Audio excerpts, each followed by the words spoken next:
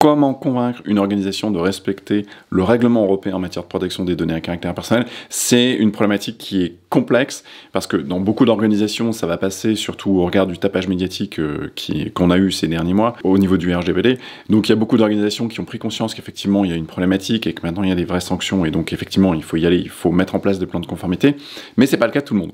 Et donc je voulais adresser au travers de cette vidéo qu'est-ce qu'il est possible de faire et comment arriver à justement faire évoluer l'organisation pour s'assurer que voilà, elle puisse progressivement se mettre en place, se mettre en conformité par rapport au règlement. Alors, la première idée, le premier élément, c'est que si vous êtes interne, il faut vraiment distinguer plusieurs situations. Mais il y a un élément qui est important, c'est savoir si vous êtes interne à l'organisation et si c'est votre mission, depuis combien de temps vous travaillez dans l'organisation.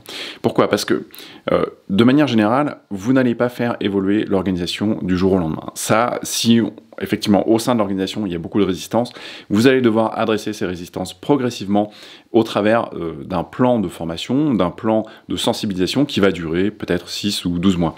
Donc la première erreur à faire, c'est de se dire, voilà, en fait, je vais dire quelque chose de magique, et donc, grâce à ce discours magique, tout le monde va changer d'opinion en quelques minutes. C'est faux, ça marche pas comme ça. Ça peut marcher comme ça si vous êtes extérieur à leur organisation. C'est-à-dire que je sais que je suis intervenu dans un certain nombre de cas pour sensibiliser des organisations justement à la protection des données à caractère personnel, parce que à l'intérieur de l'organisation, il y avait pas mal de résistance.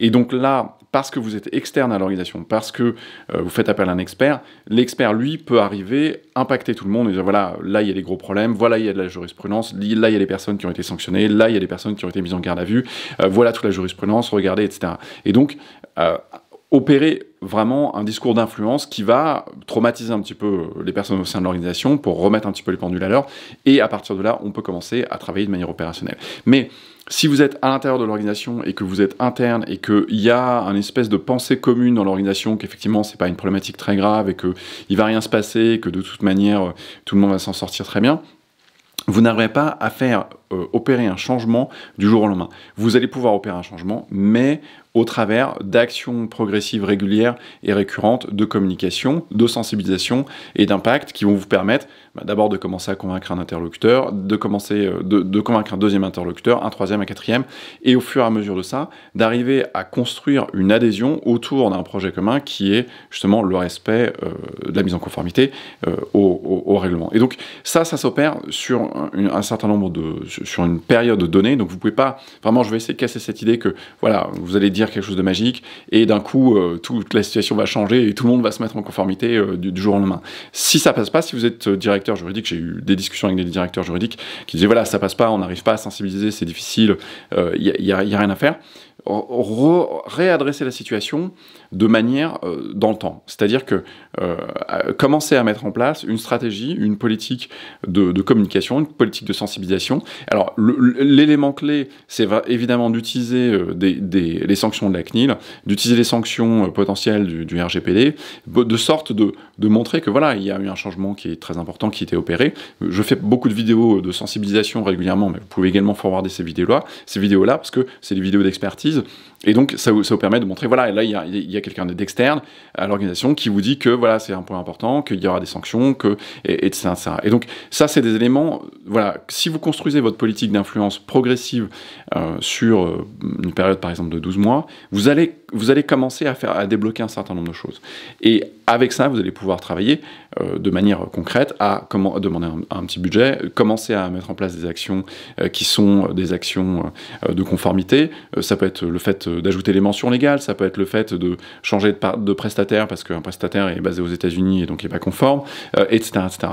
Donc c'est vraiment, voilà, essayez d'observer un petit peu ces éléments dans la durée. Ça vous permettra de simplifier les choses. Si vous avez la possibilité de faire appel à quelqu'un d'externe, vous pouvez très bien pour sensibiliser à l'intérieur de votre organisation. Vous pouvez utiliser mes vidéos, les forwarder parce que c'est des outils pratiques et opérationnels qui sont utiles, qui vous permettront justement d'impacter un petit peu. Et donc voilà. Donc ça c'est vraiment une idée.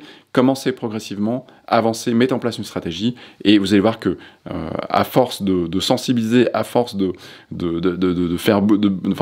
pousser votre discours, vous arriverez à faire avancer les choses. En général, c'est quand on en a vraiment ras-le-bol, et quand on ne peut plus de répéter le même message, que là, effectivement, vous allez voir, ça commence à avancer, que effectivement, vous avez du répondant derrière, et que vous pourrez faire un petit peu avancer les choses.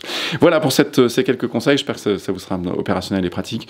Si vous n'êtes pas abonné à la chaîne, profitez-en pour vous abonner. Vous allez recevoir des conseils, une tonne de conseils gratuits. Si vous n'êtes pas déjà venu vous former, venez jeter un œil aux formations que j'organise. J'organise régulièrement des formations RGPD sur 2 jours qui vous permettent d'exercer les fonctions de DPO et justement d'avoir en fait tous les process de conformité pour vous assurer de mettre en place justement cette conformité au sein de votre organisation. Et vraiment de faire avancer les choses tout en restant vraiment pratique.